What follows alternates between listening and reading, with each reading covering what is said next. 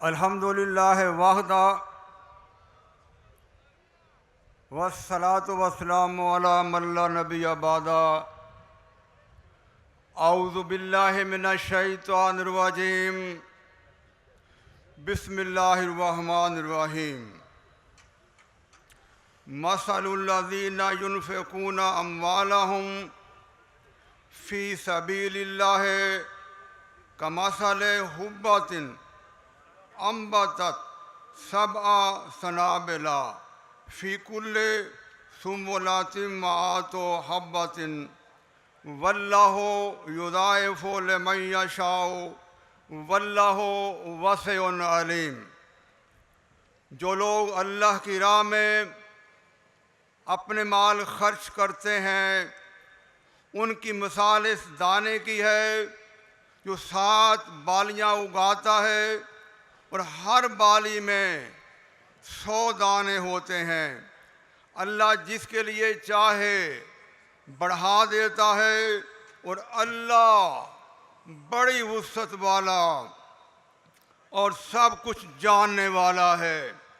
सदाकल्लाहु मौलाना अज़ीम।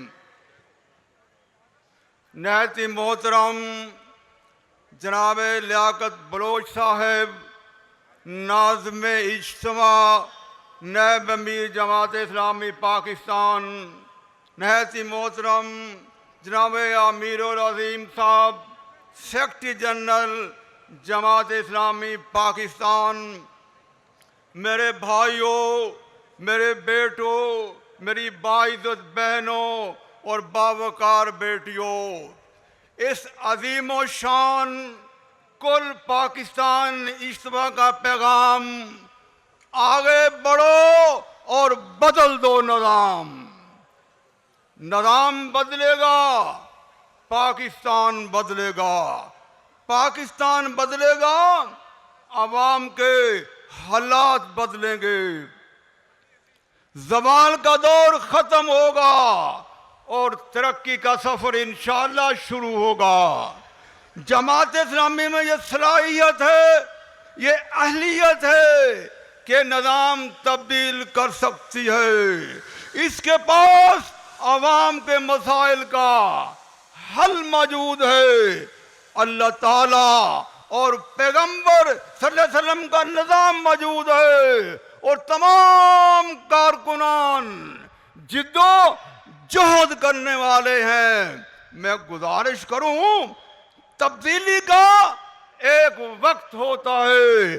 आज पूरे पाकिस्तान में तमाम सियासी पार्टियां नाकाम हो चुकी, करप्ट मसूर हो चुकी, नाअहल हो चुकी। अब जमात इस्लामी को आगे बढ़ना है और निज़ाम को तब्दील करना है। जमात इस्लामी को निज़ाम तब्दील करने से तमाम तकाज़े पूरे करने हैं।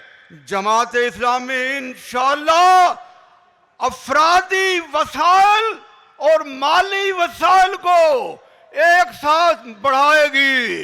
इसके लिए बहुत बड़े एक सोशल रिस्पांस सिस्टम की जरूरत है। मैं गुजारिश करूं, ये जमात इस्लामी के कारकुनान का, जमात इस्लामी के वोटर का ये एजाज है कि वो अपने अखराजात और जमात इस्लामी के अखराजात खुद बर्दाश्त करते हैं, अपने लिए नहीं, अपने ईमान के लिए और अल्लाह की रज़ा के लिए।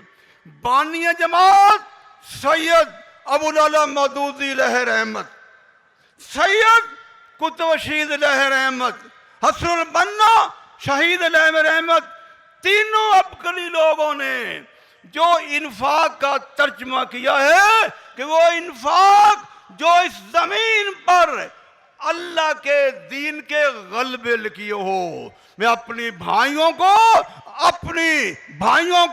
अपने बेटों को, बहनों को और बेटियों से कहता हूं, बड़ी बात कह रहा हूं, वो इन्फाक जो जमीन पर अल्लाह के दीन के गलबे के लिए खर्च हो।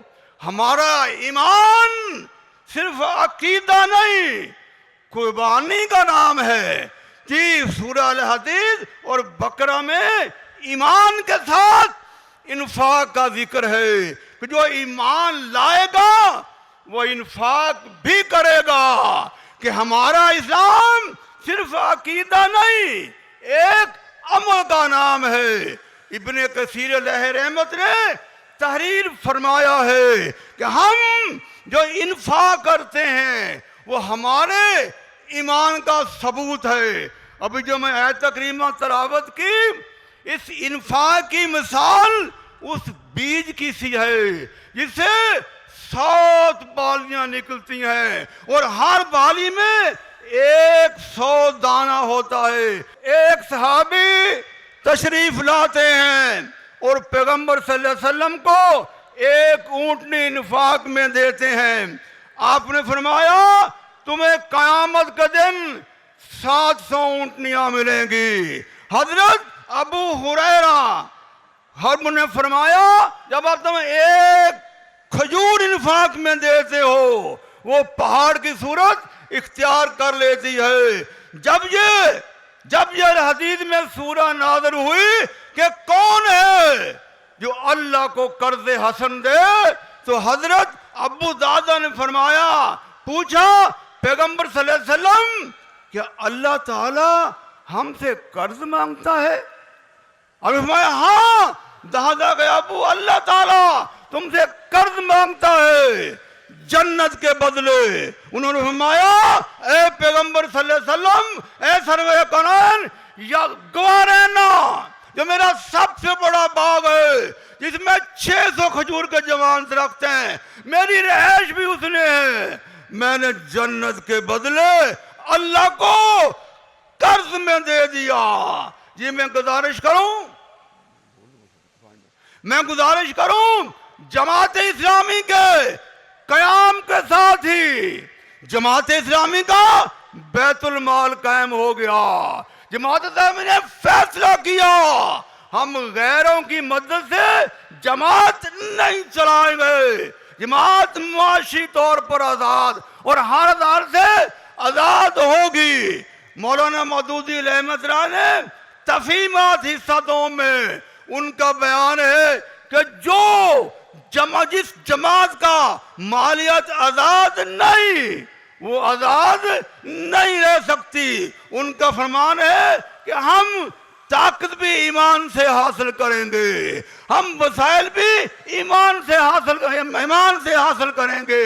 जी मैं गुजारिश करूं कि जो सूरह आल इमरान में आया कि वो जब तक तुम नेकी तक नहीं पहुंच सकते जब तक अपनी महबूब तरीन चीज अल्लाह के रास्ते में कुर्बान नहीं कर देते। जी हाँ, नहीं कर देते। हजरत हम सैयद मुनव्वर हसन साहब रहमतुल्लाह फरमाया करते थे कि जमात इस्लामी को अपना कैरियर बनाओ, जन्नत के लिए अपना सब कुछ जमात के साथ कुर्बान कर दो। हदीस है तिरमिज़ी की हदीस है कि एक जहां से पूछा गया क़यामत के दिन कि तुमने माल कहां से कमाया और माल कहां खर्च किया। मैं गुजारिश करूं जमात इस्लामी का जो बैतुल माल है वो महज फंड नहीं, हमारा ईमानी मरकज है। वो जगह नहीं जहां माल जमा कराते हैं वहां आज़म जमा होता है।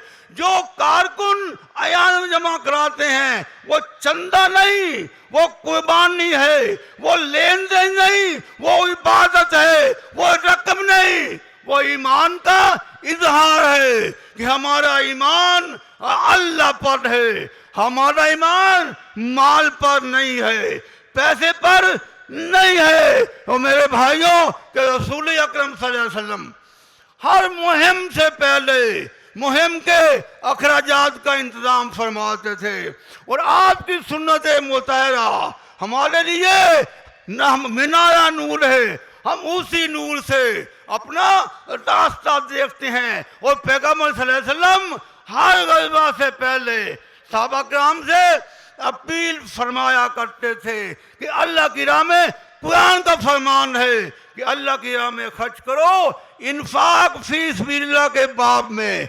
सहाबा इकराम की जिंदगियां कुरान का अमली सबूत है, कौन नहीं जानता।